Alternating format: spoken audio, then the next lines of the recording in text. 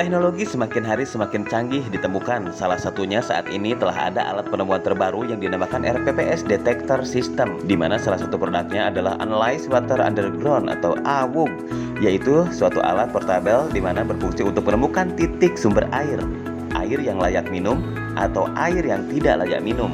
Selain itu, grounding system intelligence, alat untuk menemukan biji-biji mineral, crude oil, dan lain-lain.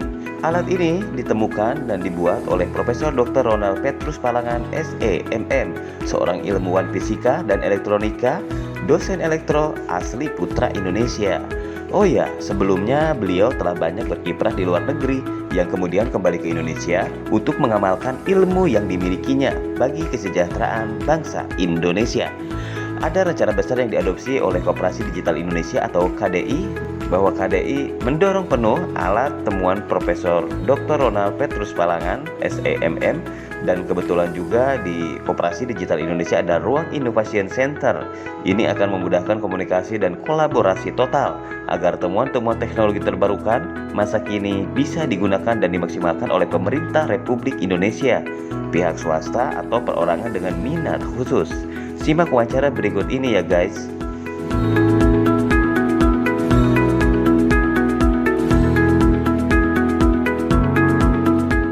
Masih dengan Raja Karya dari Pemimpin Masa Depan YouTube channel, dan kebetulan pada sore yang sangat indah ini kita dipertemukan dalam satu titik timing yang tepat. Aduh, kalau sama profesor saya ngomongnya harus ada ketepatan bahasa ini nih, mohon maaf nih. Prof, langsung aja Prof, apa kabar Prof? Baik. Sibuk apa Prof sekarang Prof? Biasa mencari kehidupan dan mencari receh. Menarik jawabannya. Iya. Tapi ngomong-ngomongin yang dipegang itu apa Prof? Ini Prof? Ini adalah satu alat untuk mencari di mana petir itu netral. Petir Prof? Petir netral. Itu kemudian yang kedua, kalau ditarik dia menjadi untuk mencari nyenyak tidur. Wow. Nah, kalau didorong ke dalam, dia menjadi mencari grounding di mana petir itu netral. Petir bisa netral sedikit aja Prof, 1 menit mungkin jelasin Prof gimana Prof? Netral. Jadi begini, banyak orang tidak paham bahwa petir itu bukan kejahatan dan bukan untuk membunuh. Tetapi dia akan menghasilkan suatu energi baru. Kemudian yang kedua, di dalam induksi petir ada ion negatif, ada zat ozon. Tidak ada kehidupan tanpa ion negatif.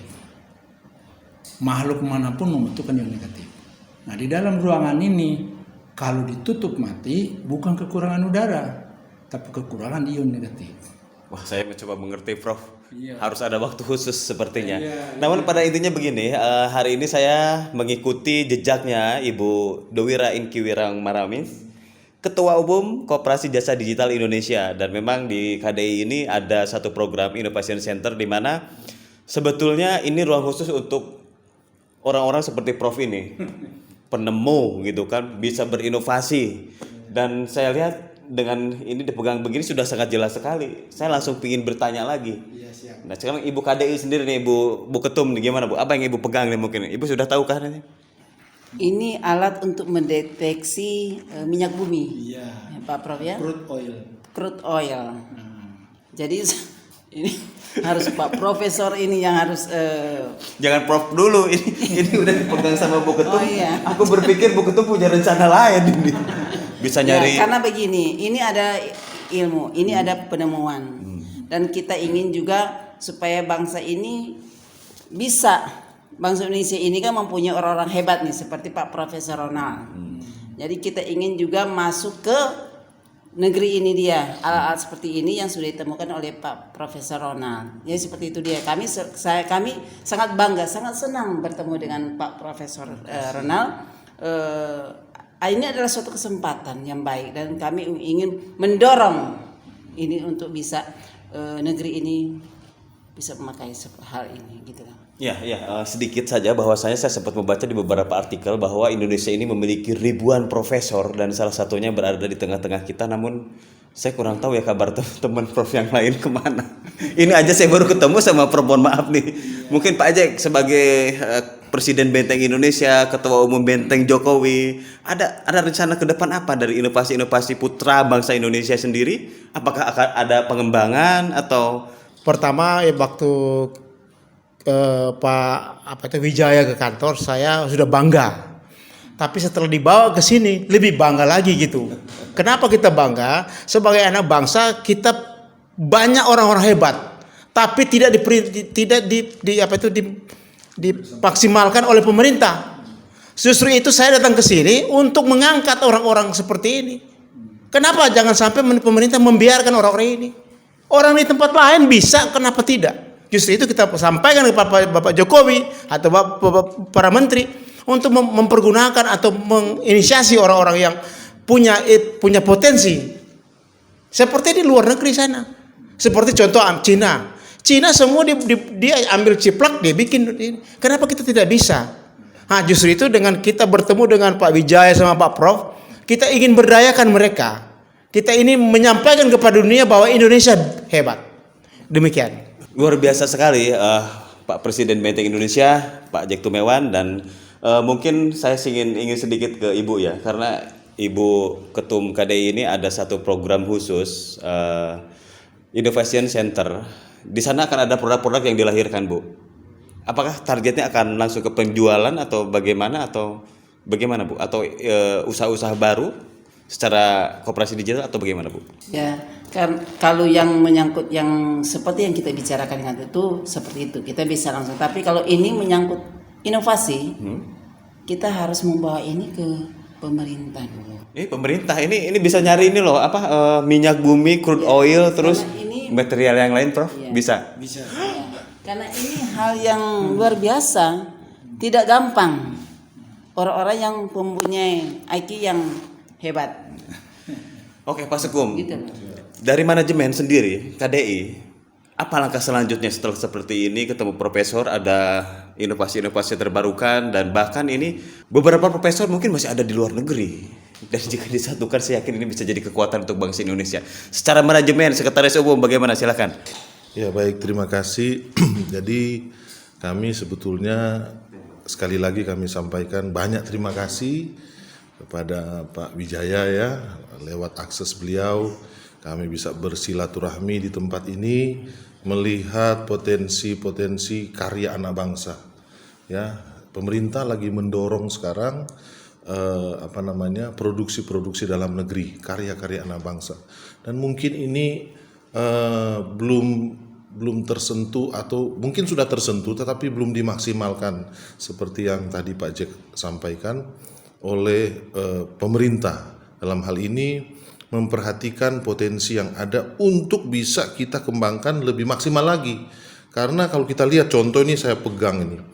Alat ini adalah untuk pendeteksi air, begitu. Mata air ya Prof ya. Mata air untuk mengetahui air yang memang cocok yang dibutuhkan oleh tubuh manusia. Ya, yang cocok ya. Jadi tidak sembarang boleh air banyak di luar sana. Tetapi sedikit saya kutip penjelasan tadi dari Prof, ilmunya ini adalah air yang bagus itu adalah air yang vertikal. Begitu ya, gerakan vertikal. Nah, alat ini bisa mendeteksi gerakan air yang vertikal yang memang sebetulnya Tuhan sudah menciptakan air tersebut yang cocok dengan tubuh manusia. Nah, kita bersyukur hari ini kami bisa bertemu dengan Prof Ronald ya. Alhamdulillah kita bertemu dan memang tadi juga sudah kita berbincang-bincang, kami juga sudah mendaulat beliau sebagai Ketua Dewan Pakar di Koperasi Digital Indonesia. Nanti ini sebagai sarana kita untuk lebih memaksimalkan Prof karya-karya dari Prof Ronald ini. Nanti kita akan berusaha semaksimal mungkin agar karya-karya ini bisa dipakai untuk kepentingan kemaslahatan rakyat Indonesia ya. Jadi sekali lagi terima kasih Pak Wijaya, Prof Ronald, kesempatan yang luar biasa ini. Mari kita akan bersinergi bersama-sama untuk mendukung program pemerintah ya dengan karya-karya anak bangsa untuk memajukan kesejahteraan rakyat Indonesia. Mungkin demikian yang bisa sampaikan. Baiklah Pak Sekum, secara manajemen memang sekretaris itu memang mempolak dan sekarang sudah menemukan jawabannya bahwa Prof Ronald sudah menjadi Dewan Pakar di Koperasi Jasa Digital Indonesia. Ketua Dewan Pakar di Koperasi Jasa Digital Indonesia dan bersama Pak Wijaya sebagai Dir Innovation Center ya. Innovation Center bagian apa?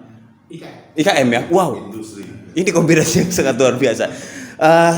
Teman-teman generasi muda dimanapun berada, saya ingin bertanya sedikit kepada Profesor. Semoga Profesor berkenan menceritakan jejak perjalanan Profesor hingga sampai pada hari ini menjadi seorang penemu. Banyak yang ditemukan dan dipergunakan juga di luar negeri. Dan sekarang bergerak Prof untuk bisa digunakan di Indonesia, di dalam negeri. Gimana Prof jejaknya Prof? Waduh, ini butuh waktu paling tidak 3 jam. Kalau begitu saya buat 3 menit Prof. Biar teman-teman generasi muda bisa belajar Prof. Iya betul. Jadi saya berasal dari keluarga petani. Nah, kami itu berlatar belakang petani. Karena di kampung memang terjadi kesulitan, namanya juga di kampung. Nah, itu yang membuat saya tidak puas dengan adanya kesulitan-kesulitan yang terjadi di kampung. Saya tidak usah menjelaskan saya di kampung mana, gitu ya. Begitu saya lihat teman-teman kalau pulang dari kota gitu, kok penampilannya beda, cara berbicaranya beda, cara pandangannya beda. Saya yang di kampung yang memiliki kemauan tinggi ingin seperti begitu. Lalu saya coba-coba bertanya, saya harus pergi kemana, gitu. Nah lalu karena mungkin pertanyaan saya mereka dengar, ayo merantau. Nah mulai saya merantau. Saya merantau dengan berbekal apa adanya. Ya. Tapi karena saya sudah biasa menghadapi tantangan yang tidak walaupun sulit, tapi kalau namanya di kampung itu udah biasa kita. Ketemu sulit, terima kasih. Ketemu lebih baik, lebih terima kasih lagi. Nah, ini membuat saya berubah. Jadi yang pertama itu saya harus menginginkan membuat diri saya itu ada perubahan. Lalu saya pergi seperti apa yang saran dari teman. Tinggalkan kampung menuju ke Bandung. Nah, di Bandung sayalah berubah. Saya beradaptasi, saya menerima apa adanya di mana saya berada. Dengan catatan, saya tinggalkan kampung, itu memang sudah tinggalkan. Ya, jadi saya menerima di mana saya berada. Saya beradaptasi, gitu. Setelah kira-kira 1-2 bulan, 3 bulan, ya memang sulit. Tetapi karena nekat untuk berubah, terjadilah perubahan itu. Lama-kelamaan, saya bisa setara berpikirnya dengan orang lain. Lalu saya mengembangkan potensi yang ada pada diri saya sambil mencari-cari ilmu yang ada di Bandung, gitu. Lalu saya mengenyam pendidikan, tidak usah saya sebut di mana saya pendidikan di sana. Lalu dari sekian banyak orang yang mengenyam pendidikan itu, kebetulan saya menjadi teknisi, mengelola sebuah media yang disebut elektronika. Saya membuat pemancar, ya, baik itu AM, FM, dan televisi. Nah, dan saya menangani juga alat-alat pabrik di bidang kontrolnya. Nah, karena ini sudah ditangani dengan baik, maka hasilnya pun baik, gitu. Nah, di suatu saat saya mendapat seolah-olah tantangannya, saya diundang dari negara tetangga tapi di Eropa. Di mana tuh Prof? Di Italia. Iya. Jauh sekali. Ya, tapi nggak usah saya sebut itu ya. Bagaimana perjalanannya, kan ini panjang cerita ini. Ya. Di sana saya melihat lagi suatu peluang. Nah, karena saya sudah terbiasa mengubah diri, lalu orang Eropa kan tidak mau dicampuri. Umpama gini, dia selesai bekerja, lalu tidak boleh kita ikut dalam pekerjaannya. Nah, tapi karena saya sudah biasa, kalau saya sudah selesai bekerja, saya pun ingin membantu orang lain, gitu. Jadi pertama saya lihat, oh, kok dia sendiri ngangkat toolsnya. Nah, saya coba angkatkan. Dia bilang, mula-mula dia bilang, no. Jadi tidak usah.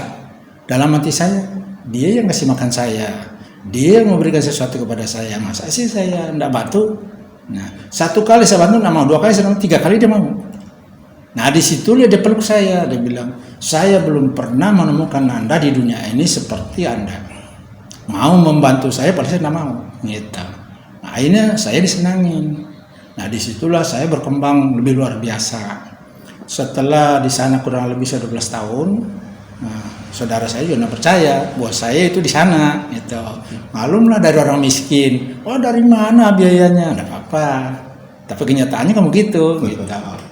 Nah kemudian kami punya produksi, lalu menemui kesulitan karena produksi ini jika dikirim ke seperti Indonesia yang punya induksi petir tinggi gitu ya, selalu bermasalah. Nah lalu saya dikirim ke Amerika. Belajar lagi di Amerika, mempelajari tentang filsafat teknologi. Apa, Prof? Filsafat teknologi. Filsafat teknologi. Ada Iya. filsafatnya juga teknologi. Ada. Di dalamnya itu ada fisika yang dipelajari, banyak yang dipelajari. Begitu saya masuk ke sana, ini rambut masih apa itu ya? Subur. Iya. Begitu di dalam satu-satu rontok ini rambut. Saya bilang, waduh, ini gara-gara ya saya belajar ini jadi ini rontok ini rambut. Nah, setelah saya di sana kurang lebih 5 tahun, saya kembali ke Italia dan memutuskan diri bahwa saya harus kembali ke Indonesia. Itu kira-kira perjalanannya. Setelah saya melakukan sesuatu di Indonesia, orang tidak percaya. Tapi saya tidak masalah. Anda percaya, terima kasih. Percaya, terima kasih. Tapi saya melakukan sesuatu yang memang bermanfaat bagi orang lain. Bukan untuk diri saya. Untuk orang lain. Untuk orang lain. Nah ini yang menarik, kenapa saya tanya perjalanan Profesor dari awal hingga sampai puncak, karena ada satu pertanyaan lanjutan. Prof, apa yang Anda temukan pertama kali waktu itu dan berguna untuk masyarakat? Ya. Pertama saya meriset karena saya di bidang elektronika ya, yaitu grounding system.